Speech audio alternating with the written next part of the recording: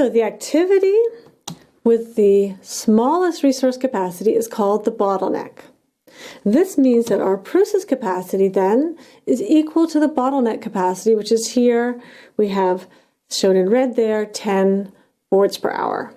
Now this is important. Why? Because even though our assembly here, our assembly can produce 12 boards per hour, and sand is even able to produce more boards per hour, we're not allowed to build up any partially finished boards between our steps here. We have no option for storing inventory between the steps. So everybody is stuck working at the rate of the bottleneck, which is 10 boards per hour, because paint can't go any faster. And this brings us to another important measure of our process flow. We know that the flow time, remember this speed of the process, with this 5 plus 4 plus 6 is 15 minutes. And this is the time it takes to process a board. We now have a flow rate, which is going to be here equal to our process capacity. How many boards can be produced per hour? Assuming, don't forget the word rate, it's not time, it's rate, boards per hour. Now here it's important, we're making an assumption here. We assume that we have enough inputs, enough raw material, and enough demand. We can sell every skateboard we make. So in this case, the flow rate is equal to the process capacity here.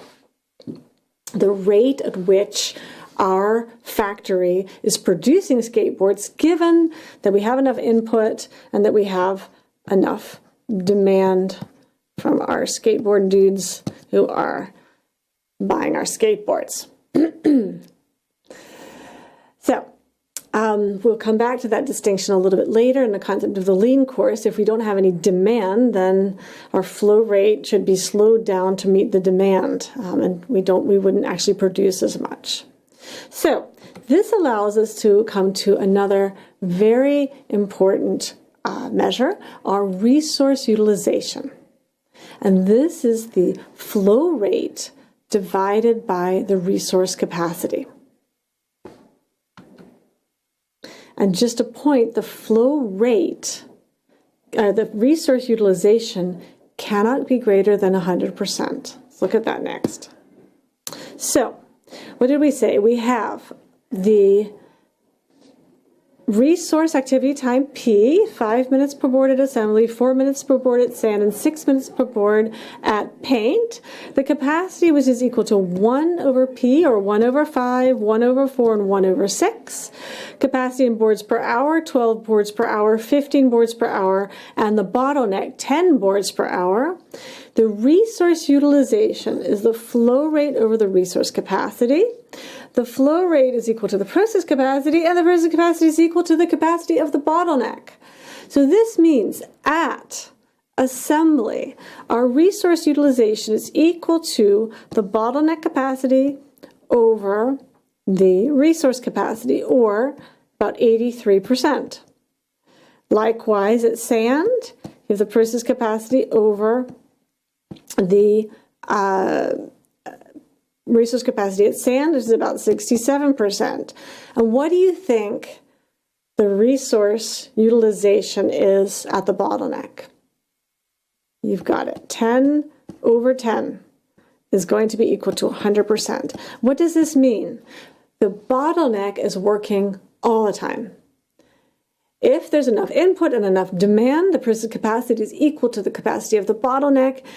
And that painter better keep painting 100% of the time in order to keep the process at least producing 10 boards per hour. So here we have everything written there at the top. And I just wanted to go through a nice way of looking at this for people that are new to this idea of capacity. And this is a Gantt chart. So this is, if you do project management, you've probably used Gantt charts. It's a way of illustrating a schedule. It's showing, for example, the different times in order for different activities in a process. Let's draw this out there. We first look at our resources. So we have assembly, we have sanding, and we have painting, right? So this might get a little bit messy, so just bear with me here.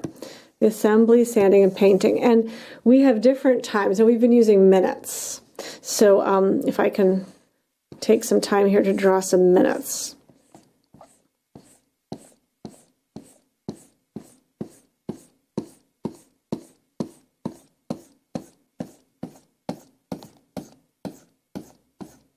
A little sloppy.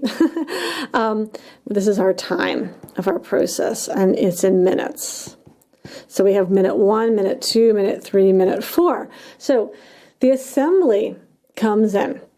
Our first board comes in, for example. The assembly starts, and maybe I can change colors here. Let's use assembly, let's use green.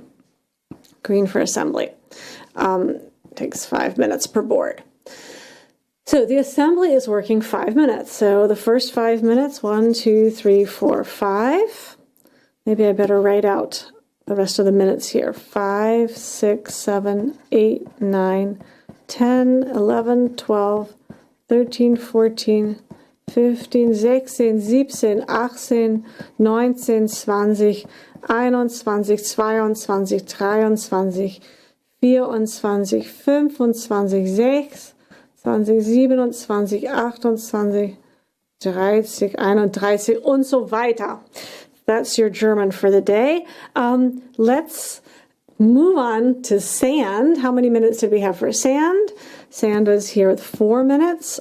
So sand, after 5 minutes is up, the first board is going to come here and take 4 minutes worth of time. Right? And then we're going to start to paint. Let's make paint purple. Paint has 6 minutes. So 1, 2, 3, 4, 5, 6. And here, what we already want to show you, look at this. Here's your 15 minutes flow time. Right? 15 minutes to get that first board out of your system. That was my 6 minutes. 5 minutes. This took 5 minutes, this took 4 minutes, and this took 6 minutes. Now, let's, how do you work on that? We want to, that was our time. I think everybody understands that. Let's go back to this idea of rate, of process capacity. Remember, process capacity is the maximum number of units that you can produce per period of time. And we've said that the process capacity is going to be equal to the capacity of our bottleneck. Now, we also said that this bottleneck better be working all the time. So that means as soon as board number 1 gets finished over here, maybe I tried to change color again.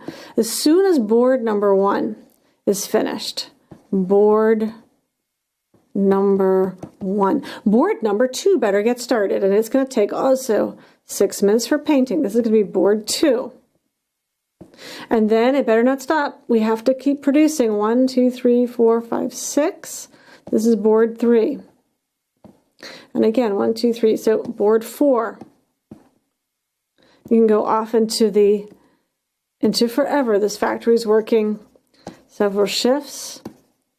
That's our bottleneck. And this is the Gantt chart is showing you this bottleneck doesn't get a break. Doesn't get a break. But you remember, we said we couldn't keep any inventory between the steps. So sanding can only pass on to painting when painting's ready to go. Sanding takes 4 minutes. So in order for the second board to go into painting, so this was board 1 here.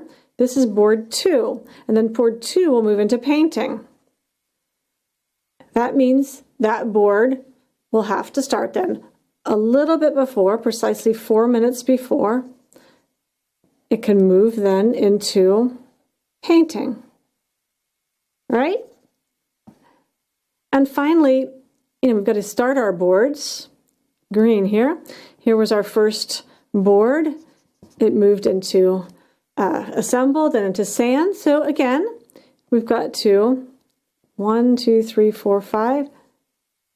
Board 2 takes 5 minutes, and then it moves into sanding, and then board 2 moves into painting, just like that. Board 2 board 2, board 1, and board 1. And so your Gantt chart allows you to go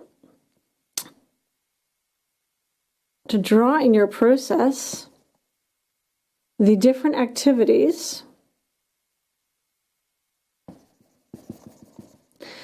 and shows you clearly then that your bottleneck is working all the time.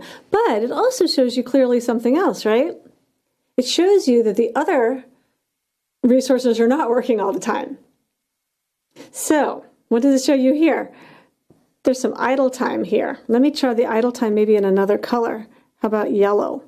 There's some idle time here. There's 2 minutes of idle time for every board when it comes to sanding. That makes sense, right? Sanding only takes 4 minutes. So every 6 minutes a board comes out. So that, you know, the sand is working for 4 minutes and sitting around for 4 minutes. The same for assembly. You have 1 minute of idle time here at assembly. So this is giving you then a very nice picture of your full process, and we're going to come back to that again. We have this idea that you have a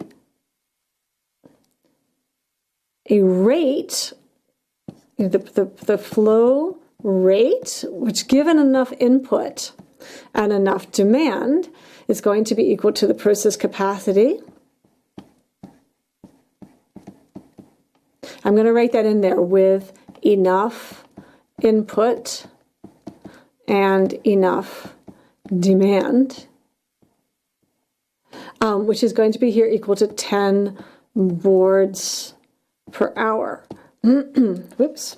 Which means that your bottleneck here is working paint 100% of the time, and the others have to fall into place.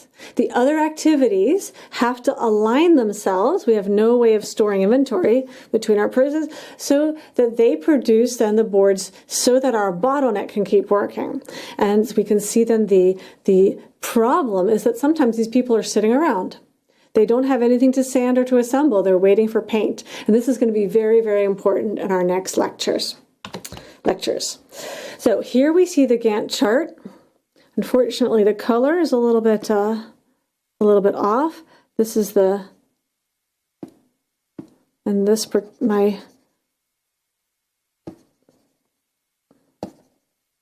can see that when you download the slides though. But what we're showing here is the assembly for the first board here. The assembly for the sanding for the first board continues. And then the assembly, the painting for the first board continues here. Second board starts, assembled, sand and paint. Third board starts, assemble, sand and paint. Fourth board starts, assembled, sand and paint. And so forth and so forth.